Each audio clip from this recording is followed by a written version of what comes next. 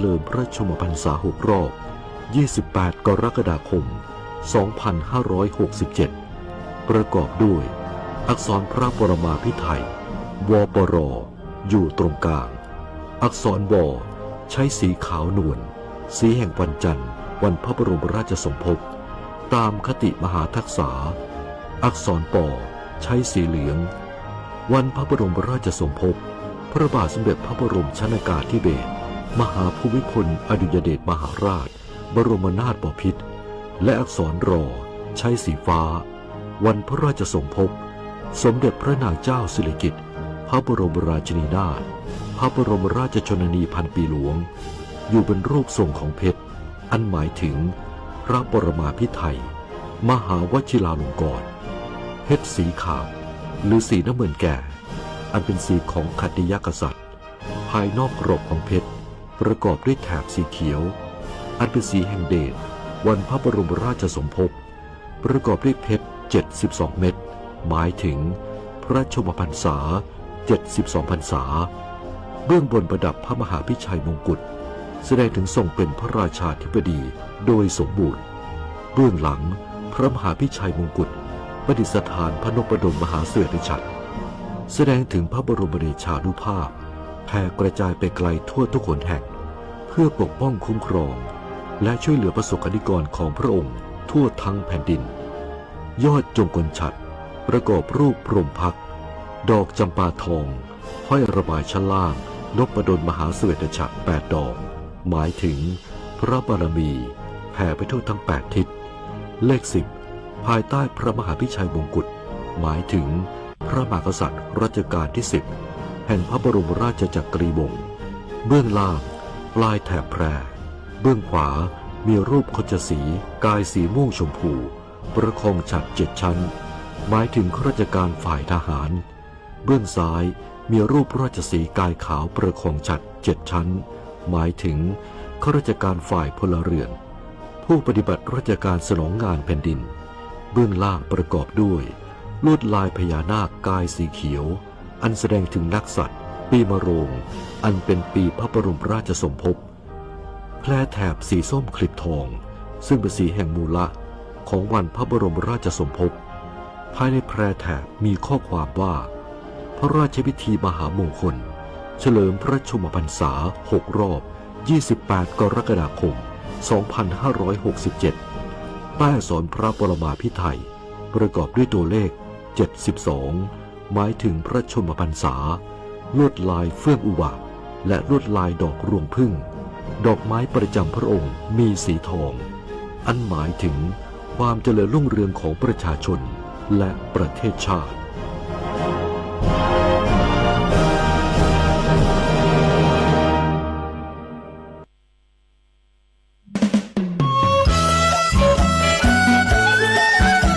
จังหวัดน่านเมืองรองน่าท่องเที่ยวลองเที่ยวแล้วจะติดใจ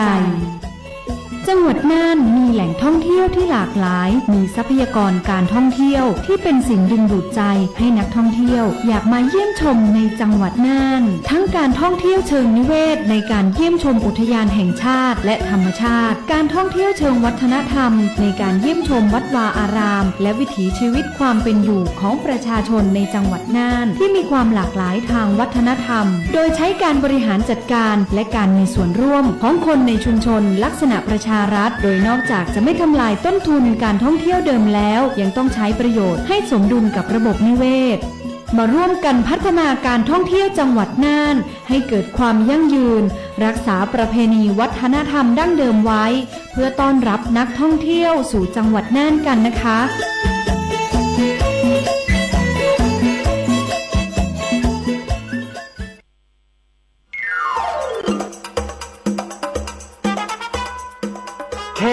เข็มมานานแสนนานก็800 กว่าปีแล้วนะ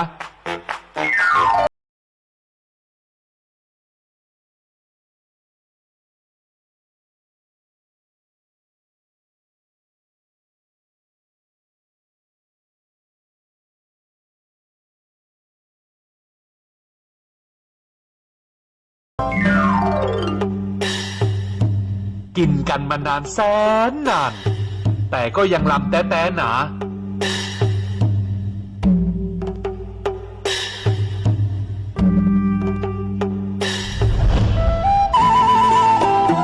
อยู่คู่บ้านคู่เมืองมาแสนเนิ่นนาน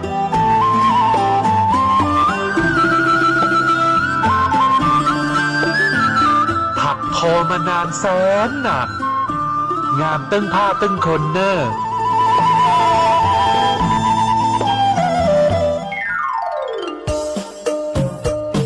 แข่งกันมานานแสนนานเอาบึดจำบึดบึดจำบึดม่วนขนาดนอด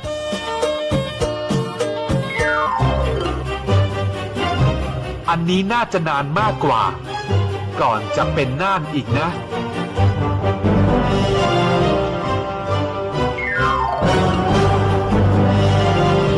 เมืองน่านงามมาเนิ่นนานมาแอวน่านแล้วจะรักน่านแบบนั้นนานเล่าให้ฟังมาตั้งนานเก็บกระเป๋ามาเที่ยวน่านได้แล้วเดี๋ยวมันจะนานเกิน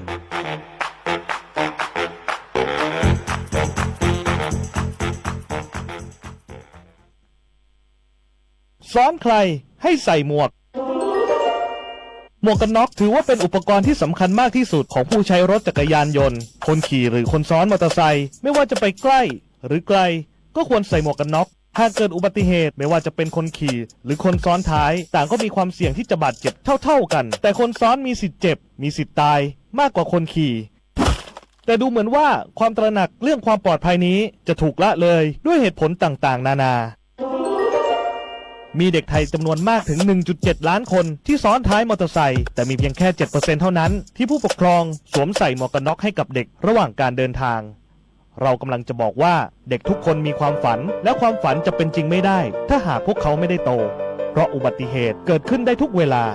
หยุดความเสี่ยงแค่ไปใกล้ๆคิดว่าไม่เป็นไรใส่แล้วอึดอัดเพราะถ้าใส่คุณก็จะมีโอกาสรอดจากอาการบาดเจ็บที่ศีรษะได้ถึง 57%และทั้งหมดนี้คือเหตุผลว่าทำไมเราต้องใส่หมวกกันน็อกขับขี่มอเตอร์ไซค์เมื่อไหร่อย่าลืมใส่หมวกกันน็อกกันนะครับ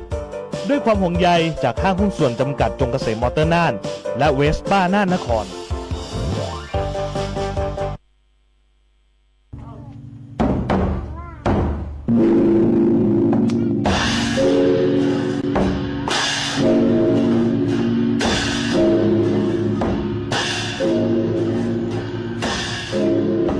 เกาะติดเรื่องเด่น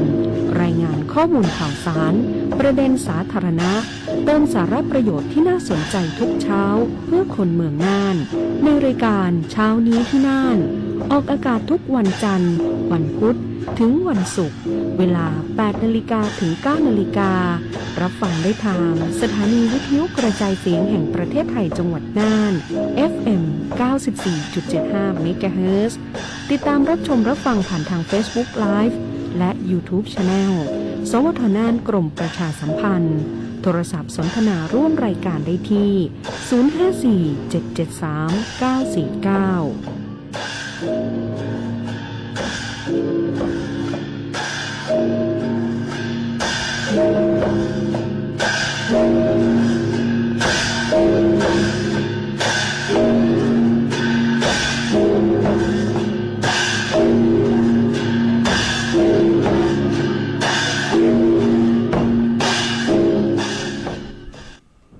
สวัสดีเจ้าสวัสดีคุณหมอเจ้าสวัสดีครับสวัสดีคุณผู้ชมผู้ฟังทุกท่านนะเจ้าตอนหาผู้ฟังในช่วงเจ้านี้กับรายการเจ้านี่ตีนานวันนี้เขาป้ากันเจ้าตี24พระสบดี24ตุลาคม2567เจ้าก่อนที่ตามรับฟังกันผ่านทางสถานีวิทยุกระจายเสียงแห่งประเทศไทยจังหวัดน่าน FM 94.75 เมกะเฮิรตซ์รวมถึงที่ตามรับชมรับฟังผ่านทาง Facebook Fanpage และ YouTube Channel สวทน่านกรมประชาสัมพันธ์วันนี้ข้าเจ้าปฐมาพรกำเนิดใจเป็นผู้ดำเนินรายการแล้วก็รวมกับคุณหมอในเจ้าวันนี้เขาจะมาอู้จากันเรื่องของการดูแลรักษาสุขภาพปากและฟันหลายคนอาจจะยังมีความเข้าใจผิดในหลายบางเรื่องหลายเรื่องแล้วก็รวมถึงการดูแลสุขภาพปากและฟันตีอาจจะยังบ่ถูกวิธีนะเจ้าวันนี้ก็จะมาอู้จากับคุณหมอกันนะเจ้าเนาะคุณผู้ฟังคุณผู้ชมสามารถที่จะสอบถาม เรื่องของตัวเก่าเนาะเกี่ยวกับเรื่องของปากและฟันได้นะเจ้าบอกว่าจะเป็นผ่านทาง Facebook ทาง YouTube ช่องทางนี่ก็ฝากกดไลค์กดแชร์เพื่อกำลังใจกันจิมนะเจ้ารวมถึงโทรศัพท์รวมรายการที่054-773-949วันนี้จะจากก็คุณหมอภูมินะเจ้านายแพทย์ทันตแพทย์เนาะทันตแพทย์นี่รัตติใสคันธมานะเจ้าทันตแพทย์ปฏิบัติการโรงพยาบาลนาสวัสดีข้างเจ้าคุณหมอ สวัสดี เจ้า ครับ เป็นบอกบรรจุใหม่ วันใหม่ ก็สปีนึงแล้ว ปีแล้วใหม่ละนะเจ้าเนาะก่อนดีจะไปจากกันในวันนี้ได้คุณหมอได้ทักทายคุณผู้ชมผู้ฟังทางบ้านเนี่ยสักน้อยเจ้า ครับ ก็สวัสดีครับผมจื่อหมอภูมินะครับเด้อก็มาทำงานได้สักประมาณสักปีนึงละของตีหน้านี่นะครับก่อนจะได้ก็ตอนนี้ก็ฟังเรื่องฟักตัวเลยนะครับมาทำคนลำปางครับลำปางครับ คนเหนือเหมือนกันนี่แหละนะเจ้าเนาะโอ้นะฮะไอ้บอกถามตะกี้อายุตัวใดละถามแต่เตอะหน้าตายังละอ่อนนะโอ้สงสัยผู้ดำเนินรายการนี่สงสัยเป็นรุ่นแม่แล้วรุ่นยายแล้ว บอกกันนะ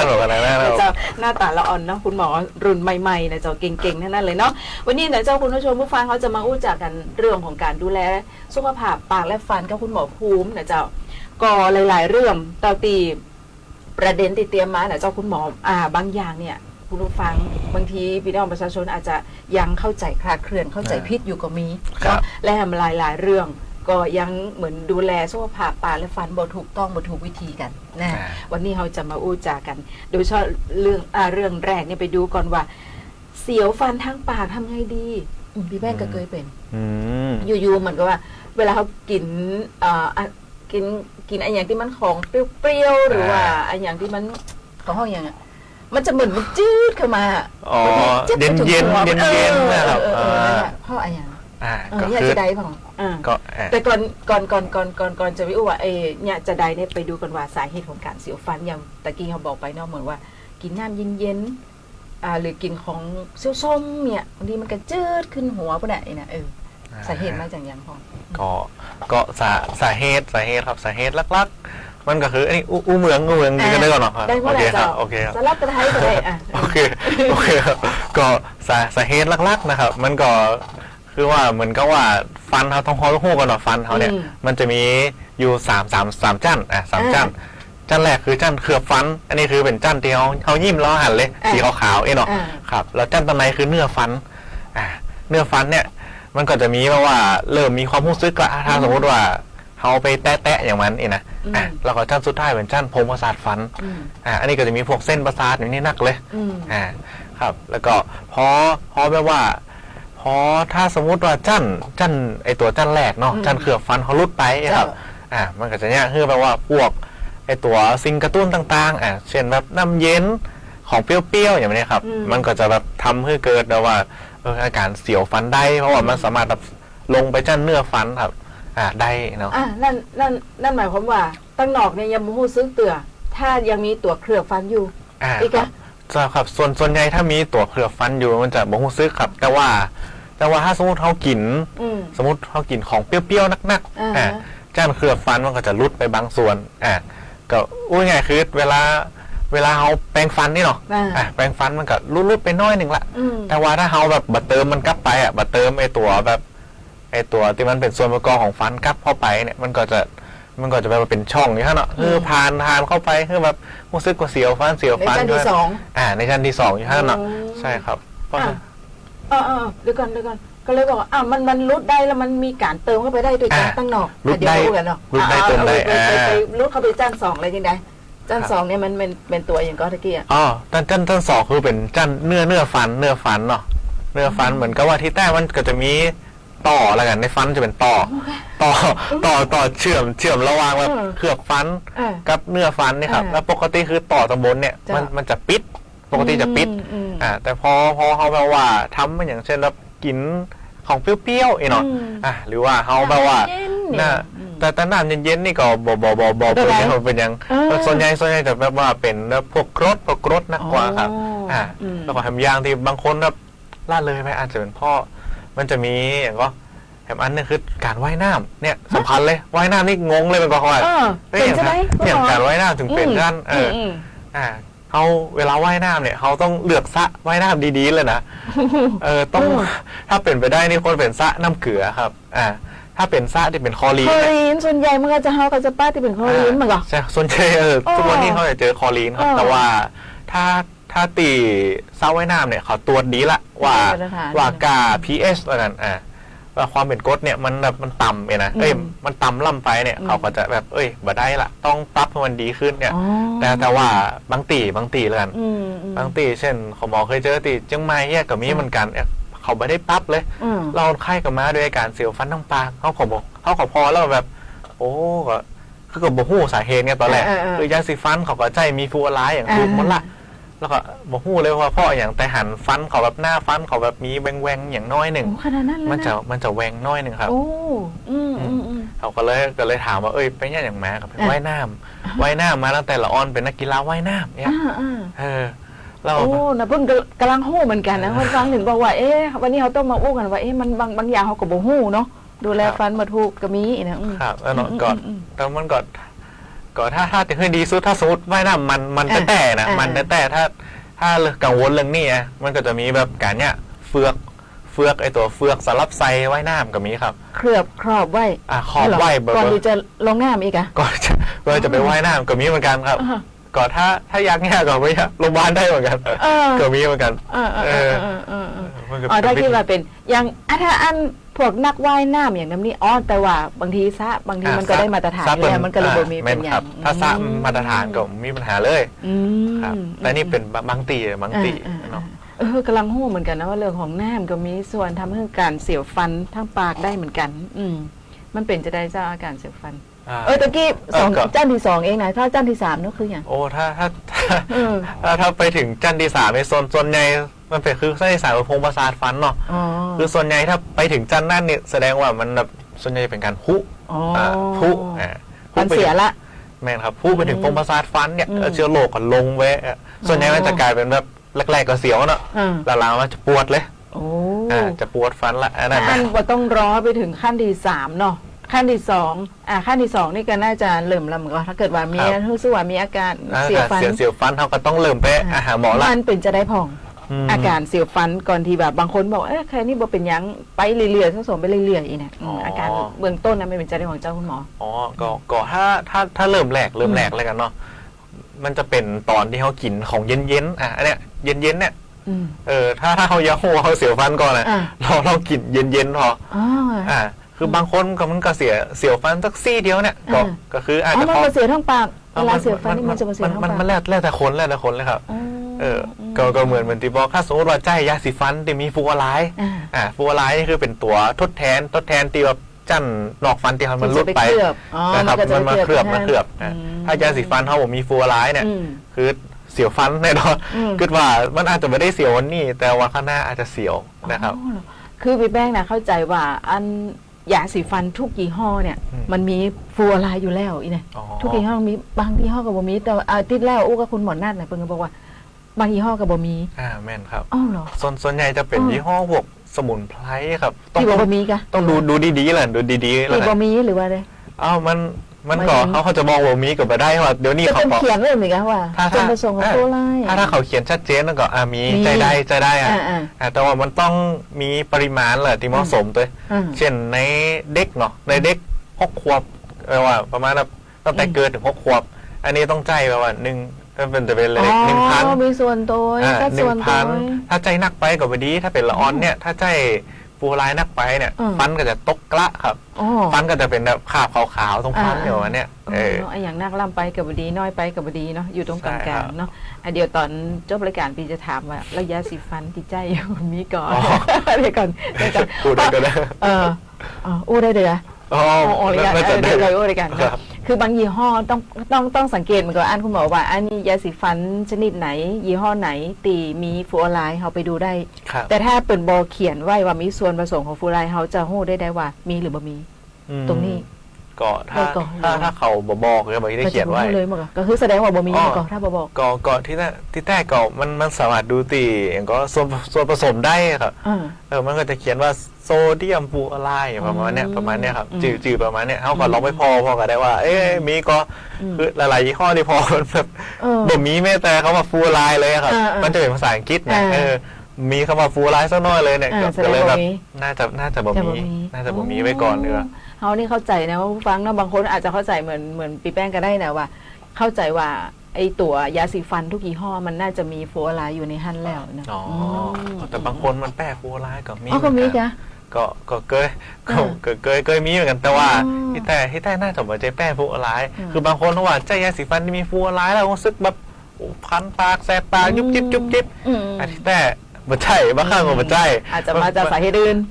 มันเป็นอาจจะเป็นเพราะว่าไอ้ยาสีฟันที่เขาใจมันมีแบบส่วนผสมของไอ้ตัวทำความเย็นนักล่ำไอ้พวกไอ้ก็พวกมิ้นเมนทอยไหมนะไอ้พวกเย็นเนี่ยบางครั้งถ้ามันแบบนักล่ำไปครับมันก็จะกัดตากัดลิ้นได้ไม่จะรู้สึกแบบกินข้าวยังไม่ค่อยล่ำเลยอันนี้ก็มีส่วนอยู่เนาะนะอันนี้เรื่องของการเสียฟันทางปากวิธีอากาศเขาให้แก้วิธีเสียฟันเนี่ยได้พองนอกจากเนี่ยฟลูออไรด์แก้อย่างเราเนี่ยก็ที่แต่เขาก็ต้องหาสาเหตุเนาะก็ถ้าบ่เคยใช้ยาสีฟันฟลูออไรด์กับใจแบบมีฟลูออไรด์ก็จะช่วยได้นักเลยเนาะจะได้เบาบางตรงหน้าเคลือบฟันนี่จะได้บรรลุครับประมาณนั้นมันก็ทดแทนกันอะไรกันเนาะแล้วก็ถ้าสมมติว่าเขามีฟันซึกแบบจากการแปรงฟันนักๆเนี่ยอันนั้นก็อาจจะต้องมาอุดฟันเนี่ยครับถ้าเขาบอกอุดฟันบางครั้งมันก็แบบเสียวฟันก็มีนะแต่ว่าก่อนในระยะยาวแล้วกันถ้าเขายังแปรงแบบเดิมเนี่ยมันก็จะลึกขึ้นสุดท้ายมันก็จะไปทะลุโพรงประสาทฟันเดี๋ยวจะไปถึงขั้นที่3ปุ่นอันนี้ถึงขั้นการรักษาแล้วเนาะที่เชื่อเขาไปแหมที่เชื่อเขาไปแหมไม่ครับก็มันก็ต้องแก้ตามสาเหตุอีนอกครับเพราะนั้นถ้าเกิดรู้สึกว่ามันมีอาการเสียวฟันตึงวันเนี่ยคนจะไปพบแพทย์จะดีที่สุดเนาะที่เปิ่นแนะนำดีที่สุดนะเจ้าเนาะอย่าให้มันไปลึกถึงขั้นโพรงประสาทเดี๋ยวเกิดสะสมเข้าไปเกิดฟันผุฟันอย่างที่นี่เรื่องใหญ่ครับละต้องผ่าก็มีเนาะผ่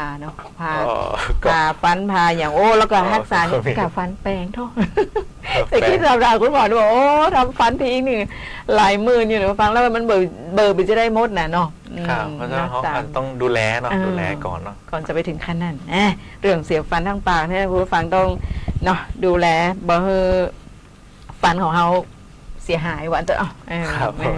ทีนี้เป็นเรื่องของกลิ่นปากผ่องหลายคนอาจจะบอกมีกลิ่นปากหลายคนอาจจะบ่ฮู้ตัวเก่า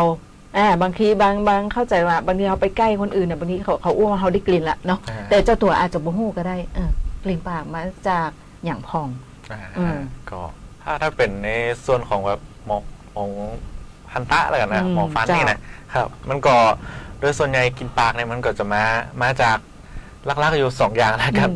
คือไอตัวแบคทีเรียอะไรกันเนาะคือในปากเขามันจะมีแบคทีเรียอย่างนี้ปกติเลยแต่ว่ามันก็จะมีนักมีน้อยก็แล้วแต่ว่าเขาแบบว่ามีอาหารมันนักก็ไอตัวอาหารแบคทีเรียเนี่ยคือพวกเศษอาหารนั่นเนาะมันชอบเข้าไปแต่ละวันนั่นเนาะมันชอบเลยเศษอาหารนี่นะเราถ้าสมมติซ้ำเขากินมันเด้กินแล้วว่ากินสมมติว่าเขากินเจ้ากับวันเย็นเนี่ยเนาะแต่ว่าเขาดันกิน10 โมงด้วยกินตอน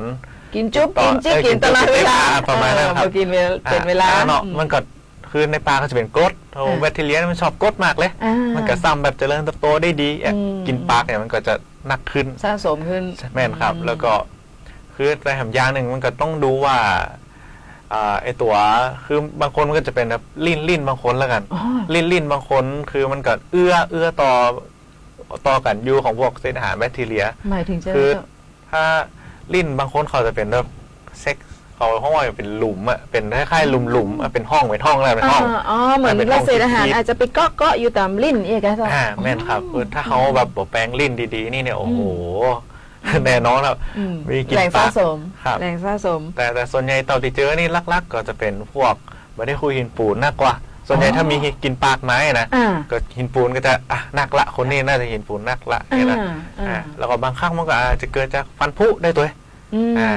พอเวลาฟันผุแบบจั่นแรกๆเหมือนที่บอกเนาะจั่น1จั่น2เนี่ยบอกเป็นยังแต่ถ้าส่วนใหญ่มันลงไปจั่นพงประสาทฟันจั่นที่3เนี่ยมันก็จะติดเจือมันนักไงตั้งไหนแล้วมันก็เลยแบบพอเจือมันนักมันเป็นหนองมีกินละกันประมาณนี้นะครับเนาะ เรื่องของกลิ่นปากคือถ้าคนสมมติว่าเรื่องอาจจะมาจากอาหารลักๆที่เขากินเข้าไปสมมติกินตำส้มตำเนี่ยแต่ว่าเขาไม่ได้แปรงฟันหรือกลิ่นหรือทานอาหารที่มันมีอาจจะมีกลิ่นฉุนกลิ่นอย่างเนี้ยเป็นไปได้ก็ทำให้มีกลิ่นปากหรือว่ามันจะมีเฉพาะตอนกินนั่นแหละพอแปรงฟันอย่างมันก็หายมันก็น่าจะมีเฉพาะตอนกินนะครับกับแถมสักกั๊บหนึ่งมาได้รอย่อยรออย่างนั้นก็หาย ก็จะหายไปแต่อันนี้แสดงว่าคนที่มีกลิ่นปากเนี่ยอาจจะมาอย่างอื่นก็ได้อาจจะมีโรคประจำตัวไม่เกี่ยวกับโรคประจำตัวโรคประจำตัวก็ครับก็อาจจะเกี่ยวอยู่คือมันอาจจะมีกลิ่นแบบเฉพาะตัวอะไรแบบแต่ส่วนใหญ่มันอาจจะเป็นสมมติว่าเป็นโรคพงแบบมีเสมหะในปอดเนี่ยบางคนอาจจะเป็นกลิ่นเสมหะน้อยๆแบบนั้นครับแต่ว่าถ้าเป็นแบบของท่านของฟันเนาะเกี่ยวกับแบบในช่องปากเนี่ยมันก็จะเป็นลักๆก็คงแบบไม่ได้คุยหินปูนนั่นเนาะถ้าลักๆนะลักๆคือคูหินปูนครับลักๆเพราะฉะนั้นในการรักษาและป้องกันถ้าเกิดรู้สึกว่าสมมติว่า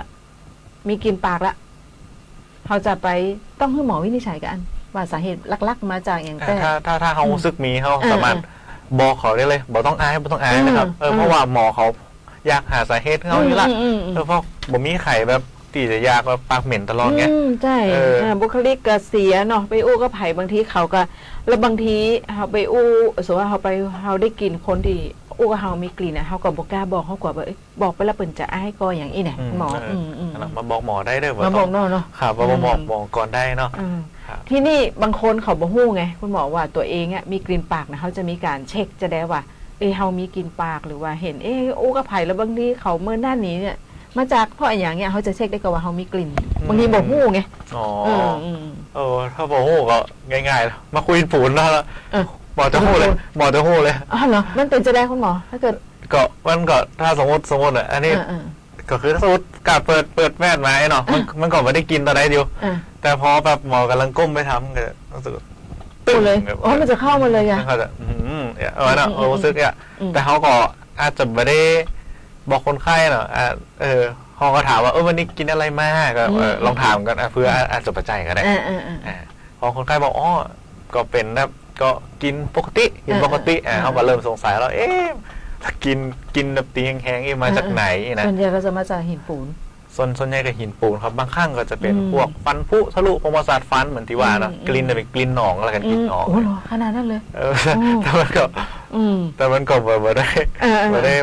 ได้ขนาดนั้นนะส่วนใหญ่ก็หินปูนนั่นเนาะครับประมาณนี้เพราะนั้นรักแล้วเขาควรจะแยกจะได้ผ่องถ้าเกิดบ่มี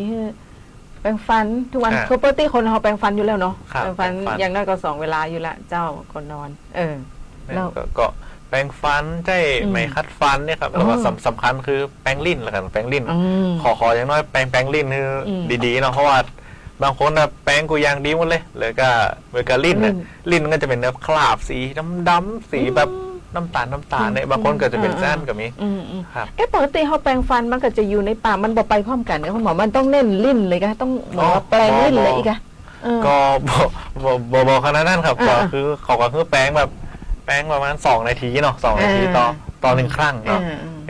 พอเขาอาจจะแปรงฟันถ้า2 นาทีก็ได้กับแปรงลิ้นสักกำหนึ่งคือฝ้าขาวๆมันหายไปเอาไปความกวาดเอาไปเดี๋ยวนี้มันก็มีแบบแปรงสำหรับแปรงลิ้นโดยเฉพาะก็มีเหมือนกันนี่นะแล้วแปรงสีฟันมีผลก่อนเจ้าคุณหมอบางคนใจตลอดอันเดียวเลยแปรงสีฟันมันควรจะเปลี่ยนก่อนมันมีผลก่อนมันปกติก็เขาก็จะปกติอาจจะประมาณแบบ3 เดือนเตื่อแต่หมอว่าสักเดือนละเตื่อก็ได้คือถ้าเอาหันแบบมันเห็นมันย่นถ้าเอาหันขนแป้งมันละอาจจะก็คิดไปก่อนเลยกันว่าน่าจะแป้งอาจจะแป้งเริ่มสะอาดละอาจารย์นะก็อาจจะต้องเปลี่ยนแป้งสีฟันเนาะเปลี่ยนแปรงสีฟันทุกเดือนก็ได้หรืออาจจะ3-4 เดือนก็ได้แล้วแต่มันแล้วแต่เนาะครับแล้วก็การดูแลของเขาด้วยว่าเขาดูแลแปรงสีฟันเขาดีขนาดไหนเก็บไว้จะได้สมมติเก็บไว้ในแบบว่าในแอปที่มันปิดเนี่ยนะอันนั้นอันนั้นแบคทีเรียมันซ้ำชอบไงบอกควรจะเหมือนกับคุณหมอควรจะใจเส้นละคือเหมือนเอาพึ่งเขาห้องพึ่งคือเหมือนหื้อหน้าที่มันอยู่ในแปรงสีฟันเนี่ยเอาไปตัวประมาณนั้นคือแปรงมันแห้งมันแห้งเพราะว่าถ้าเขาเก็บไว้ในก๊อกมันก็มันหลายคนเอาหันเพราะใจเส้นละมันมีก๊อกเฉพาะ กับเฉพาะปิดเฉพาะตัวแปรงสีตัวฟันตัวห้อย อ๋อไอตัวก็ตัวเองก็แปลงฟันทั้งหมดน่ะก็นั่น บดีเหมือนกันคุณหมอ อันนั้น บอก ก็ ตรงจะก่อน ก็ได้ครับถ้าเขามีแบบมีห้องขึ้นนะ มีห้อง คือ ก็ได้ มีการระเหยของหน้าดีอยู่ อ่า ติดตัวแปรงสีฟันตัว อันนั้นได้ครับได้แต่ว่าเขาก็จะต้องมาทำความสะอาดไอตัวตีกรอบตีขอบของกั๊มเลย เพราะฉะนั้นทางทีนี้เอาพึ่งไว้ให้มันแห้งๆนะดีที่สุดนะคุณหมอเนาะ ครับ มันจะได้แบคทีเรียมจะได้บอกไป เจริญเติบโตได้ดี ไปเจริญเติบโตในแห้นนะเรียนเนี่ยเลิกแล้วของการกินอย่างอื่น บุหรี่มีเกี่ยวกับบุหรี่แอลกอฮอล์ก็ มีส่วนนะมีส่วนเนาะ มีส่วนครับบุหรี่นี่ บุหรี่ ค นี่ ราบบุหรี่แบบนี้เนาะ ส่วนใหญ่ที่บุหรี่นี่ก็จะเนี่ยคือเกิดไอตัวโรคเหงือกเลื่อนก็คือมีหินปูนสะสมง่ายกว่าคนปกติเลยจะบุหรี่นี่นะครับแล้วเหงือกก็จะอักเสบง่าย ฟันกับเหลืองตัวนี่เนาะ ครับ แค่เขาไม่ต้องได้บ่ต้องแค่แค่เขาสูบบุหรี่ไก่ๆเขาก็ได้กลิ่นแล้วเนาะเรื่องของบุหรี่นะเพราะฉะนั้นก็เลิกได้เลยสูบบุหรี่แล้วก็ถ้ามีปัญหาเรื่องของช่องปากเขาก็ไปปรึกษาแพทย์จะดีที่สุดนะจ๊ะเนาะพบทันตแพทย์ดีที่สุดนะคุณหมอจะเพิ่มอย่างก็เรื่องของกลิ่นปากน่าจะประมาณนี้นะเนาะถ้าเราอยากมีกลิ่นปากมันก็งดกินอาหารที่กลิ่นแรงกระทงกระเทียมแต่อันนี้คุณหมอบอกว่าถ้าทานพวกนี้เข้าไปเดียวสักการมันก่อหายถ้าเราได้แปลงฟันหรือว่ามีการย่อยอาหารเรียบร้อยแล้วมันก็จะหายไปเนาะแต่ถ้าว่าเขากินตึ้งวันคงมากินตึ้งวันบ้างตำส้มนี่เนาะทุกมื้อนี่เนาะแต่ถ้ากินตำส้มกวนนี่เสียวฟันแท้แล้วค่ะเพราะมันเป็นนั้น กรด เปรี้ยวไงก็จะ กินตำส้มทุเรียนไงอย่างที่กลิ่นฉุนๆนั่นเนี่ยเนาะก็คือเลี่ยงถ้าเขาก็ออกไปงานออกไปอย่างเข้าสังคมเขาก็เลี่ยงอาหารกลิ่นฉุนๆพวกนี้ก็จะดีเนาะบางทีการเข้าสังคมเลยเขาถ้าเกิดเขาอ้วกก็ไข่เนี่ยได้กลิ่นเขาก็เริ่มจะห่างๆน้อยนึงนะดูแลสุขภาพปากและฟันให้ดีเลยกันเนาะเรื่องกลิ่นปากนะจ๊ะไปดูเรื่องของฟันโยกของเจ้าคุณหมอ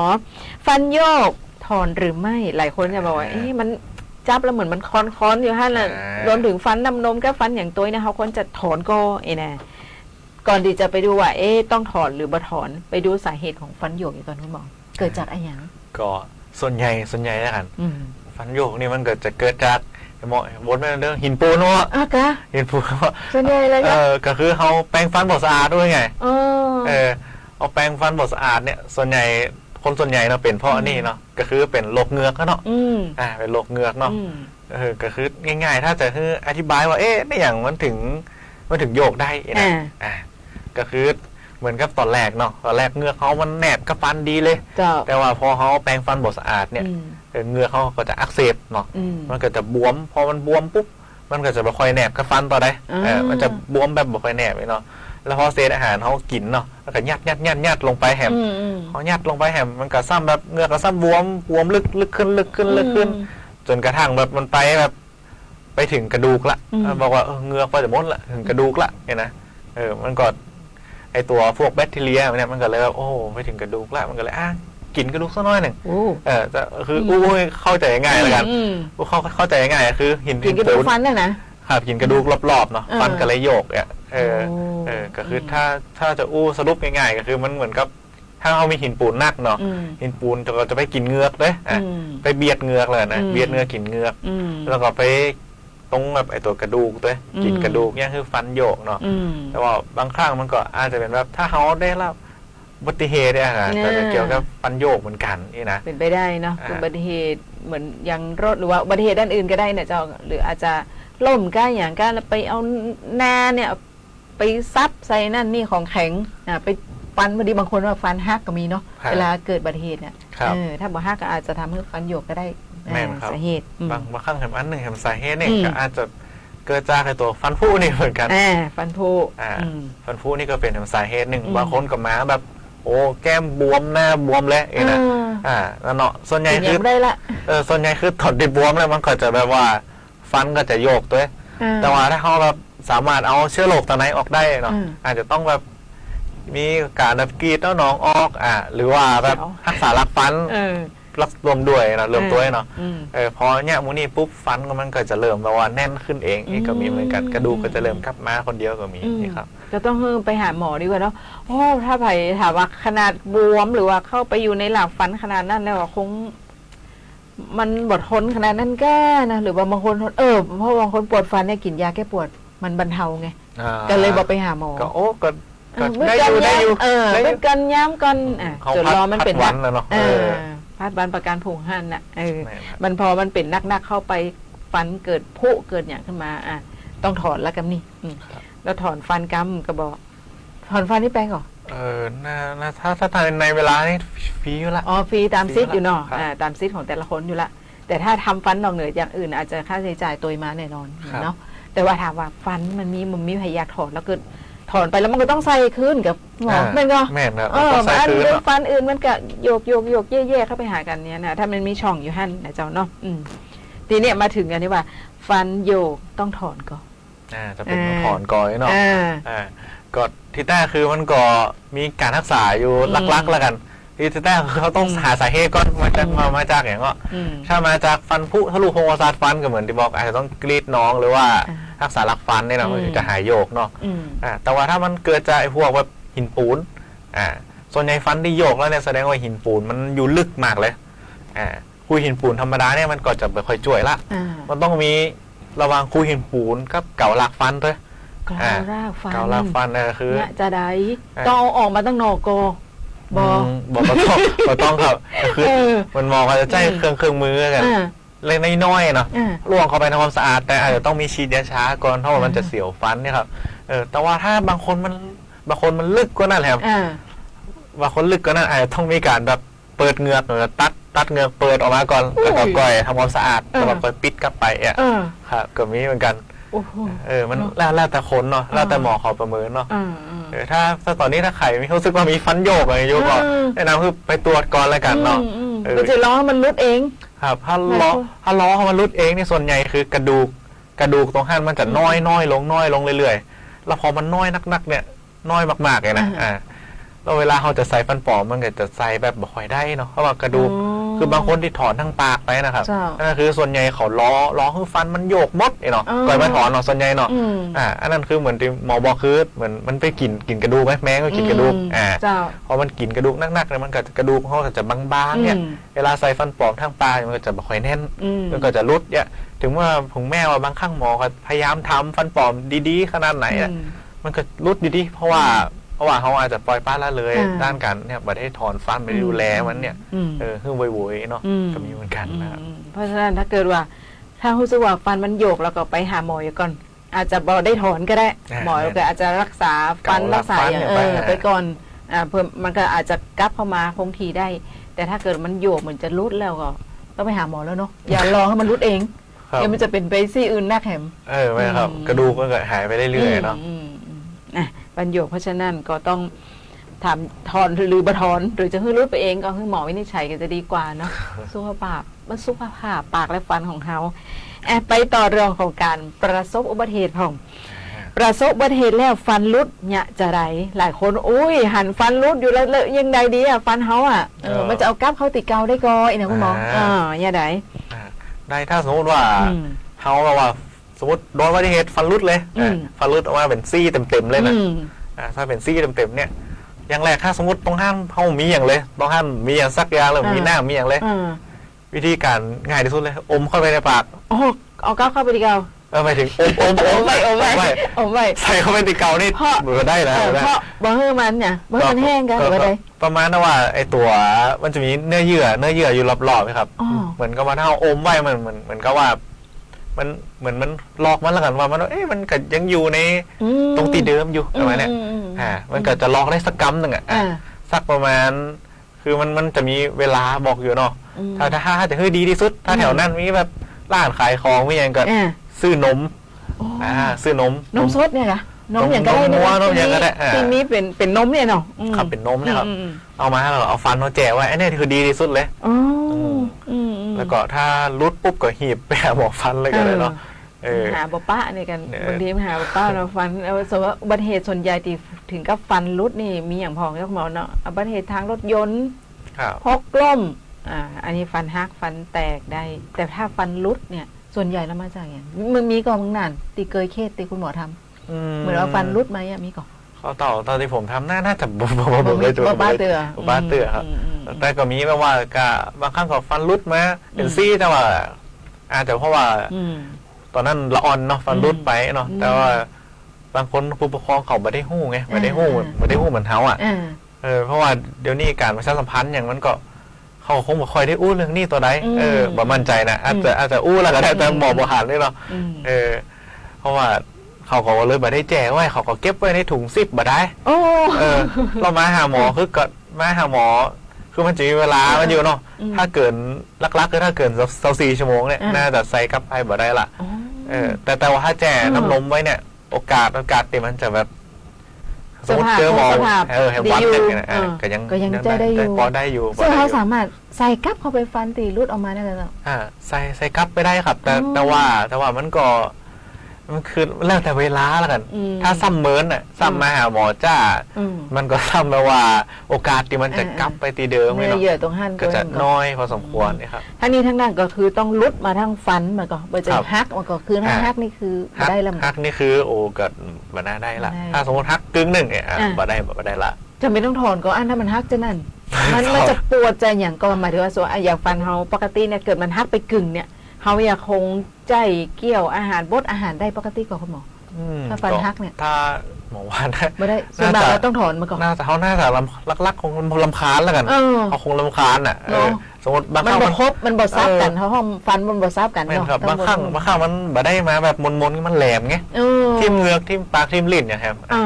กันนั่นเนาะส่วนใหญ่แล้วถ้าเกิดฟันหักจะนั่นทางถ้าไปหาหมอเป็นญาติจะได้เจ้าโอ้ก็ถอนเลยหรือว่ากรอตอนแรกต้องดูก่อนว่ามันหักลึกขนาดไหนมันตอนแรกอะถ้าฮักจันทีนึงอะจันเขือฟันเนี่ยก็เป็นยังก็อุดฟันมาได้อุดฟันถ้าถึงจันที่ 2ก็คือก็เป็นยังเหมือนกันก็จะอุดฟันมาได้แต่ถ้ามันดันไม่ถึงจันที่ 3เนี่ยบางครั้งคือไม่เขาก็ต้องมาดูว่ามันสามารถบูรณะเขาเรียกว่าบูรณะกลับมาได้ก็คืออาจจะแบบทำขอบฟันรักษาลักฟันอย่างกลับมาได้ก็แต่ถ้าหมอเขาประเมินแล้วมันรู้สึกว่ามันแบบคุ้มเนี่ยเขาก็จะถอนออกประมาณนั้นใส่ฟันปลอมลงไปต้องเป็นซี่เฉพาะที่ถอนได้ประมาณนั้นนะถ้าแนะนำก็หลักเทียมมันอาจจะอันนะแปลงน้อยหนึ่งน้อยบ่น้อยเนาะวันก่อนคุณหมอนัดบอกโอ้เห็นกาทำฟันแล้วเพราะนั้นฟังถ้าอยากเสียค่าใช้จ่ายด้วยใช้เหตุนะบางทีเขาต้องดูแลเรื่องของสุขภาพปากและฟันตั้งแต่แรกๆเนาะจะได้บอกไปเสียค่าใช้จ่ายบางคนนี่ก็ต้องถึงแย่ไงบอกบึ้ดก่อนย้ำก่อนปวดกับซื้อยาอย่างก็ยาแก้ปวดมาทานพอทานเส้นมันเหมือนบรรเทาเนาะเพราะหลังจากนั้นถ้าเขาบดดูแลตีถูกวิธีมันก็อาจจะกลับมาปวดได้แหมขอถ้าปวดฟันกับไปหาหมอเลยอย่างน้อยหมอก็จะได้จ่ายยาติดถูกต้องนะตีหมอเฮียนมาเนาะอย่างน้อยก็เขาอาจจะมาขึ้นถอนตอนนั้นก็อาจจะเพราะว่าเขาเชื้อโรคมันหนักต้องไปฆ่าเชื้อซะน้อยก่อนเนี่ยเพื่อที่จะตอนฉีดยาช้าอย่างเขาจะได้ช้าๆประมาณนั้นเนาะก็มีเนาะไปหาหมอดีที่สุดนะเจ้าถึงแม้ว่าจะรอเมินน้อยนึงหาหมอฟันเดียวเหมือนอันอย่างที่แบบรอเมินขนาดเนาะ5-6 เดือนถึงจะได้คิวเนี่ยนะทีนี้ไปถึงการถอนฟันทำให้ตาบอดหรือว่าเส้นประสาทเสียหรือไม่หลายคนบอกฟันคุดคือเขาก็เคยได้ยินคุณหมอนะบอกบางคนบอกโอ้ถอดฟันคุดแล้วทำให้เสียชีวิตได้เนี่ยเนาะก็มันเป็นจะได้ของเจ้าคุณหมอก็ถ้าได้ไหมถ้าไอ้ตัวฟันคุดเนาะเสียชีวิตเนี่ยนะส่วนใหญ่มันก็ต้องส่วนใหญ่คือคนไข้เนาะไอ้ตัวคนไข้เขาเนี่ยก็อาจจะมีโรคประจำตัวอยู่ละอาจจะแบบบ่ได้แข็งแรงคือส่วนใหญ่บ่ได้แข็งแรงเนาะมันถึงแบบเป็นจ้านได้นะเพราะว่าของหมอเนี่ยหมอพยายามเขาพยายามเลี่ยงจุดที่อันตรายอย่างหมดละพยายามไม่ว่าเย็บแผลอย่างดูแลอย่างเอาออกคือดีที่สุดนี่เนาะแต่ว่าบางครั้งคือเขาอาจจะแบบบ่ได้ดูแลมันดีแต่นั่นเนาะแต่ถ้าเกี่ยวกับเรื่องความเป็นความตายในส่วนใหญ่น่าจะเป็นโรคของคนไข้มีโรคประจำตัวอยู่ตัวนะเจ้าเนาะเพื่อนถามว่าตาบอดก่อตาบอดนี่นะเคยก่อมันเป็นความอันนี้อาจจะเป็นความเชื่อที่มาแบบพิษบ่ถูกต้องเนี่ยนะเจ้าถ้าถามว่ายังบ่เคยได้ข่าวเลยเนาะ ว่า ยังบ่เคยได้ ถ ข่าว อนฟันแล้วเฮ้อ แต่ถ้าบ่ถอนแล้วตาบอดนี่ก็อาจจะ อาจจะเป็นไปได้อยู่ เออ เพราะมันก็แต่ตอนแรกมันก็มีอยู่ตรงนี้สมมติเชื้อโรคอย่างเนี้ยมันนักขึ้นเรื่อยๆก็ล้ามขึ้นตาก็มี มันก็ ก็เป็นไปได้ คือมันเป็นโพรงเชื่อมกันหมดเลยครับใน แต่ ร่าง เมื่อ กา กี้ ย ก็ว่าถอนแล้วตาบอดเนาะแต่อาจจะมีโรคอยู่แล่ทำให้ไปถึงตาได้ แม่นครับ แต่ก็ถ้าโอกาสที่เกิดขึ้นจะว่าบ่มีเลยมันก็คงมีแหละแต่มันน้อยมากๆแล้วกันเนาะ น้อยมากๆแล้วกันเนาะ วิธีเปิดบอกวิธีลดความเสี่ยงที่ไม่ต้องถอนฟันจริงๆเขาก็โอ้ไปเมื่อกี้มันก็เกี่ยวๆอยู่นะ มันก็ ก็คืออยู่ในแฮนด์มดอ่ะถ้า บ ใบอยากจะ ติมดเลย ภรรยาใบอยากถอนฟันเขาก็ต้องดูแลสุขภาพปากและฟันแหละนะแต่ถามว่าถ้าถอนฟันแล้วทำให้มีโอกาสจะเสียชีวิตแล้วก็ตาบอดเนี่ยเหมือนน่าจะเกี่ยวเนาะ ครับ อาจจะมีโรคประจำตัวอยู่ ใช่ อย่างที่คุณหมอว่าตะกี้ ครั นะ บ บางทีผู้ป่วยอาจจะมีภาวะ โรคส่วนใหญ่โรคเลือด เลือดแข็งตัวจ้าก็อย่างเงี้ย แม่นแล้วก็อันนี้จะเป็นอันหนึ่งที่ตรวจหมอได้เลยพอเอากินเหล้านักไง เป็นได้เป็นได้ กินเหล้านักปุ๊บตับเขาบดีแล้วตับนี่เป็นตัวแบบช่วยพวกสร้างเอาไว้ไอตัวช่วยยุดเลือดอ่ะช่วยห้ามเลือดอ่ะแล้วคือบางครั้งคือเขายังไม่ได้ไปหาหมอแต่ไงไม่ได้ไปตรวจกับหมอแต่ว่าเขาเป็นตับไงนะเรามาเจอหมอฟันก่อนเขาปวดฟันก่อนดันปวดฟันก่อนแล้วหมอเขาแบบก็ถามมีโรคประจำตัวยังก็เนี่ยเขาก็บอกเขาก็บอกบ่มีนะบ่มีกินข้าวกินยังมาแล้วเรียบร้อยนะก็ดูพร้อมความดันดีหมดเลยแต่พอเอาถอนได้ปุ๊บโอ้สิถ้าเลือดออกนักก็เริ่มแปลกๆละก็พยายามยุดเลือดอาจจะห้ามได้ตอนนั้นนี่เนาะแต่พอกลับบ้านไปนี่โอ้กลายเป็นว่าแบบโอ้เลือดไหลออกนักแล้วก็อาจจะมีหลายคนแบบเข้าใจเขาก็แบบ หรือว่าถอนฟันว่าถอนฟันนี่เลือดไหลประยุทธ์เลยไหลประยุทธ์เลยที่แต่อาจจะเป็นเพราะว่าเขาอาจจะโรคประจำตัวหรือว่า แต่เขาบอกหู้กับ ไม่ มี ได้แจ้งหมอ แม่จะกินเหล้านักเลยก็ระวังนะเขาร้องเด้อระวัง รับแขกตัวจ้าน่าเป็นไปได้เพราะฉะนั้นถามว่าเวลาไปหาหมอบอกว่าจะเป็นโรคอะไรอย่างควรจะบอกประวัติของตัวเก่าเนาะว่าเขามีโรคประจำตัวหรือว่าเป็นอะไรอย่างก็ตีมันจะเสี่ยงต่อการรักษาเนาะควรจะบอกให้หมดบางทีหมอเขาบอกหู้หรอกว่าเขาเป็นอย่างมาบางทีประวัติถ้าเขาบอกเนี่ยเปิ่นก็ไม่ได้เลขคอลงไปหรอกมันก็หมอเนาะอย่าไปโรงพยาบาลเนี่ยถ้าเขาบอกเปิ่นนะเปิ่นถึงว่ามีการก่อนจะหลายคนอาจจะไปโรงพยาบาลเนี่ยแม่เลี้ยงมันจะซากก่อนคัดกรองเนี่ยก่อนเขาเป็นอย่างมาแล้ววันนี้มาหาหมออย่างเนี่ยเนาะประมาณนี้เนาะเพราะนั้นมีอย่างถ้าไปหาหมอต้องบอกให้หมดให้เสี่ยงบ้านถ้าเกิดรักษาไปแล้วอย่างกรณีเนี่ยถ้าเกิดไปเหมือนดื่มเหล้านักล่ำไป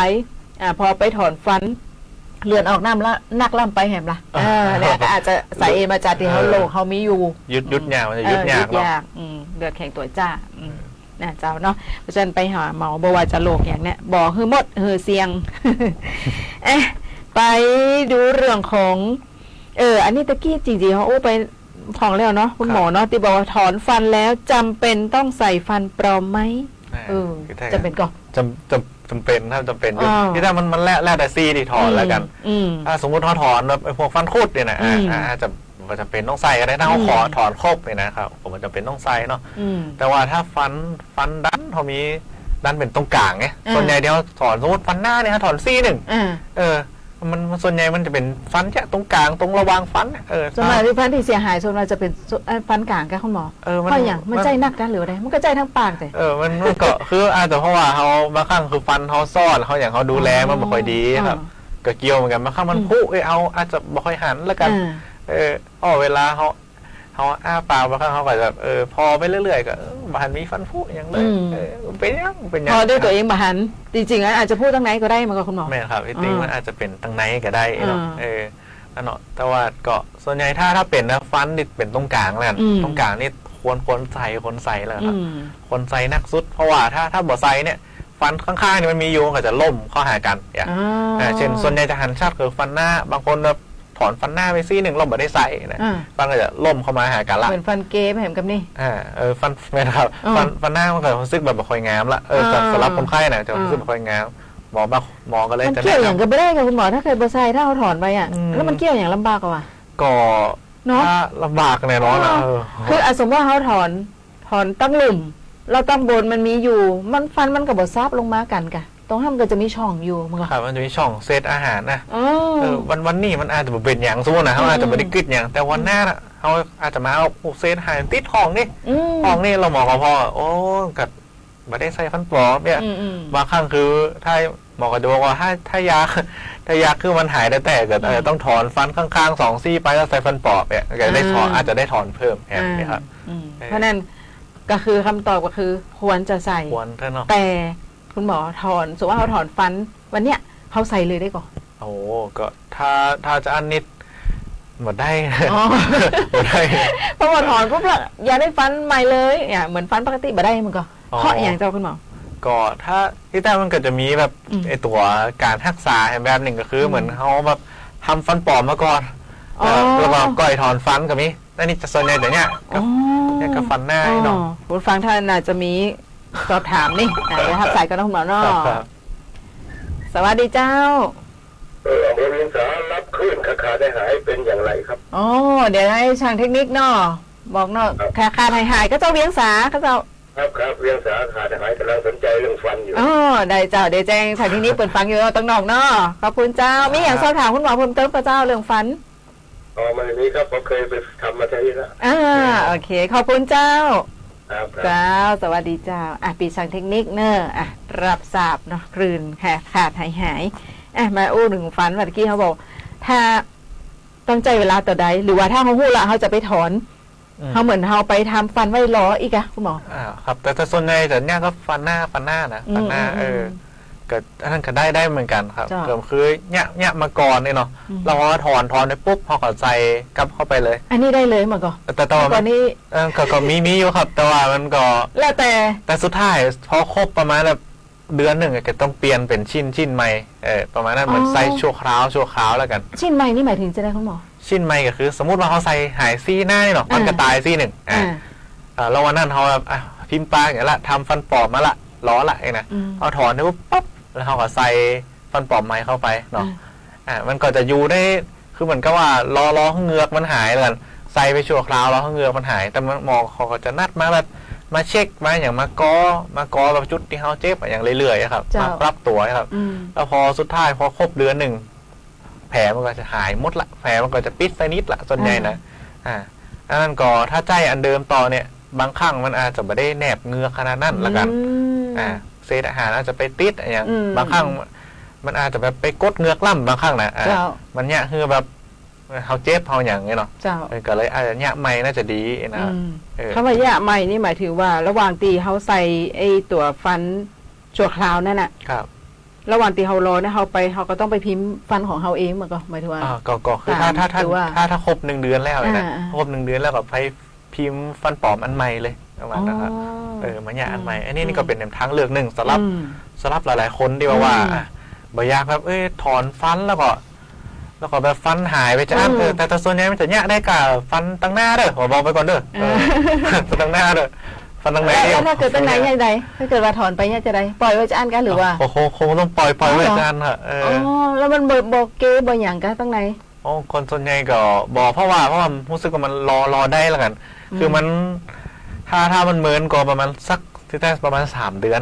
ถ้าครบ3 เดือนปุ๊บนี่มันจะเริ่มเอ็นนักละแต่ถ้าเดือนหนึ่งนี่มันก็เหมือนกับว่าเหมือนแผลกำลังหายมันเหมือนร่างกายเขายุ่งก็แผลอยู่ยักษ์คือแผลมันหายทั้งหมดมันก็ว่าตันได้ดันฟันเข้ามาแต่ว่าถ้าหญิงปล่อยไปเมื่อตอนใดมันก็เหมือนร่างกายของเราแผลหายละเลยก็ให้เกี่ยวให้ได้ดีๆมันก็เลยเอียงขึ้นไหมเอียงคือมันเกี่ยวขึ้นได้มาแต่มันบอกกระทบก็ตรงอื่นมันก็จะแค่ซี่ข้างๆตา2 ซี่เหมือนว่ากับหมายถึงตั้งไหนนะตั้งไหนเนาะตั้งไหนเนาะกับตั้งบนตีแบบกูข้างมันเป็นคูซบอยู่ที่เขาเกี่ยวนะบางข้างมันก็จะยืนออกมามันก็จะโยกได้แต่โยกได้เหมือนกันแต่มันก็บ่รบกวนการใช้ชีวิตเนาะหมายถึงว่าเศษอาหารมันเขาจะดูแลจะได้อันถ้าเกิดคุณหมอถ้าเกิดว่าซี่เล่นถอนไปโซฟาตั้งไหนเนาะแต่เขาไม่ได้ไอ้นี่เข้าไปเนี่ยไม่ได้อุดเข้าไปถ้าเขาไม่ได้จะทักสายกั้มเนาะฟังหมดสวัสดีเจ้าสวัสดีครับผู้บริการเจ้าแล้วมือเลยครับเจ้าป่อเป็นได้เจ้ามีอย่างสอบถามคุณหมอเจ้าแต่ผมต้องฟันอยู่ตรงนั้นเลยทำไมฟันหัวพูดจุดนี้ก็ อ๋อทำฟันกวนแต่ นะครับ แต่ฟันผุอีกอะ หมายถึงว่าแปรงฟันทุกวันฟันยังพูอยู่อีกกระป๋อ ครับมันยังพื้นอยู่มันแตกมันก็หัวแตกมันปลายลงหนา แต่เครื่องปลาย แตกต้องปลายไปถึง อ่า อ๋อไม่ มันแตกแต่ปีกเกี้ยวแล้วก็มันแตกหัวลงไปเนี่ย โอ้ อ๋อโอ้ แป้งฟันวันละ2 ครั้งแล้วมันจะไปยังวุบลง อ๋อ มันแตกเลย ครับมันแตกมันฟันมันซึกก็บอกฟันมันเฮี้ยนก็หรือว่าบอครับว่ามันผุบ่ได้นะ ถ้ามันฟูก็ได้ครับ อ๋อถ้าฟูบ่ได้นี่คือมันก็มีอยู่หลายอย่างนะมันเนาะคืออย่างแรกก็คือบางครั้งเขาอาจจะแปรงดีละสมมุติว่าเขาแปรงดีละแล้วก็ใจยาสีฟันจะมีฟูอะไรอันนี้ปอสำคัญเด้อใจยาสีฟันจะมีฟูอะไรเด้อ หมอจุฬาเนี่ยครับ หมอจุฬาก็ก็พูดอะไรดีก็ลองเลยลองเปลี่ยนยี่ห้อของก็ได้หรอเป็นยังว่าลองเปลี่ยนไปใจพวกเส้นโซดาให้เขาเกตพอ ให้ความเกลียดมันอยู่เลยแบบเจ็บฟันเกี้ยวเจ็บฟันนะครับ อ๋อ ฟันเนี่ยเปลี่ยนเป็นหมอจุฬาแต่ฟันก็ยังฟูอยู่เนี่ย อ๋อ ฟันเกลียดกับฟันก็ยังฟูอยู่เหมือนกันนะครับ ก็ลองเปลี่ยนเป็นเส้นโซดาป่ะลองพอเส้นโซดาแล้วก็พอลองอันเนี้ยนะถ้าสมมติมองมาแน่ใจว่าพอกินจุ๊บกินจิ๊บก็เส้นแบบสมมติว่า10 โมงกินบ่าย 2กินกลางคืนดึกกินเนี่ยอันนี้บถ้าพอกินอยู่พองดเด้อถ้ากินก็กินในมื้ออาหารนี่เด้อเช่น8 โมงกินข้าวเที่ยงกินข้าว6 โมงกินข้าวอย่างนี้ขอกินเป็นมื้อเนาะมันจะได้ว่าโอกาสฟันผุจะได้น้อยลงนี่เนาะครับแต่ถ้าแนะนำตอนนี้ก็ลองเปลี่ยนยาสีฟันพอแล้วกันก็ปั๊บกันกินเนาะลองพอเนาะแต่ว่าถ้าจะได้ก็ตามพอลองไปเจอหาหมอฟันก่อนให้เขาลองพอก่อนว่าสาเหตุแต่เนี่ยมันแม่นมูนี่กอนะเพราะว่านี่หมอก็ทำได้แค่แบบแนะนำมาได้เนาะถ้าเป็นตอนนี้เนาะครับ ขอบคุณเจ้าป่อ คุณหมอ ครับ เจ้าขอบ ผมก็วิทยุที่ส่งมากันเดี๋ยวครับเดี๋ยว อ๋อเจ้าป่อฟังอยู่เนาะอันเนาะ ครับ เจ้าขอบคุณเจ้าจะได้ก็ไปหาหมอเนอะปอเนอะ ครับ จะได้หมอเป็นแนะนำ ครับพ่อ เจ้าสวัสดีเจ้า ครับ เจ้านะโอ้ฟันมันฮักได้จานเลยนะคุณหมอหมายถึงว่าหมดท่านแกบอกว่ามันจะลุดเป็นนั่นเลยนะ ก็ หรือ ถ้า ตามอายุตัว ถ้ามันพูดนักๆเลยนะคือฟันมันพูดนักๆมันก็จะกลวงแล้วกันเนาะกลวงแล้วกันเวลากัดเนี่ยมันก็อาจจะเป็นได้เหมือนกันเนาะแต่บางคนก็อาจจะเป็นฟันซึกมาได้ก็มีนะครับ เจ้า อาจจะนอนกัดฟันอยู่ในก็มีเหมือนกันเนี่ย เนาะจีเขาอยากจะอู้เรื่องของการนอนกัดฟันเนี่ยจะได้ดีให้มันหายนะจีว่าแล้วเวลามันบอกปอเจ้าคุณหมอเขาหน้าหงตรงมาอู้กันเนาะบอกปอแล้วเจ้าคุณหมอเวลานะเจ้าเวลาเลยมัน2 นาทีให้คุณหมอฝากแล้วกันกับเรื่องของการดูแลสุขภาพปากและฟันโดยรวมเนาะจะได้บอกฟันเสียเจ้า ครับก็ลักๆเนาะสำคัญที่สุดก็คือแปรงฟันเนาะง่ายๆเนาะครับแปรงฟันนี่มันก็จะเป็นของห้องวันละกัน2-2-2เลยกันคือแปรง2 ครั้งแปรง2 ครั้งต่อวันอย่างน้อยนะก็คือตอนเจ้าเนาะตื่นเจ้ามาตอนเราก็แปรงละกับก่อนนอนเนาะ2อันนี้สำคัญสุดเนาะตื่นเจ้ากับก่อนนอนเนาะเราพอแต่ละครั้งที่เขาแปรงเนี่ยเขาต้องแปรงอย่างน้อย2 นาทีเพื่อที่จะให้ฟูลายมันแบบไปเข้าไปตรงไหนอย่างใดเนาะครับแล้วก็แฮมอันแฮม2 1มันมี2-2-2เนาะ2สุดท้ายคือ2 ชั่วโมงก็คือเขาจะบ่กินข้าวบ่กินแบบขนมอะไรอย่างเงี้ย2 ชั่วโมงได้กินน้ำไม่ได้นะแต่เขาบ่กินพวกไอ้ที่มีน้ำตาลอะไรอย่างเงี้ยประมาณ2 ชั่วโมงเนาะเพื่อที่จะ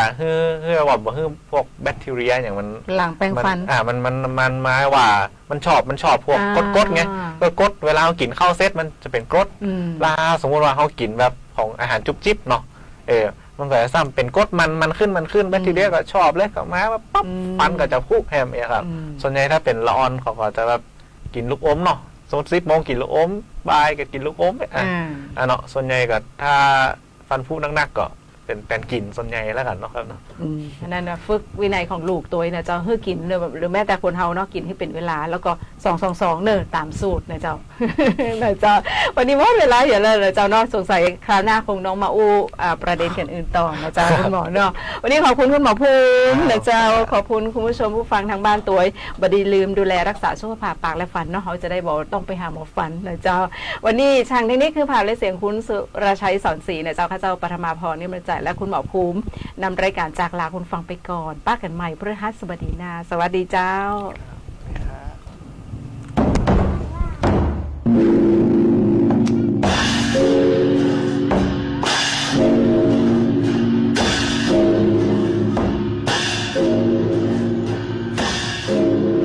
เกาะติดเรื่องเด่น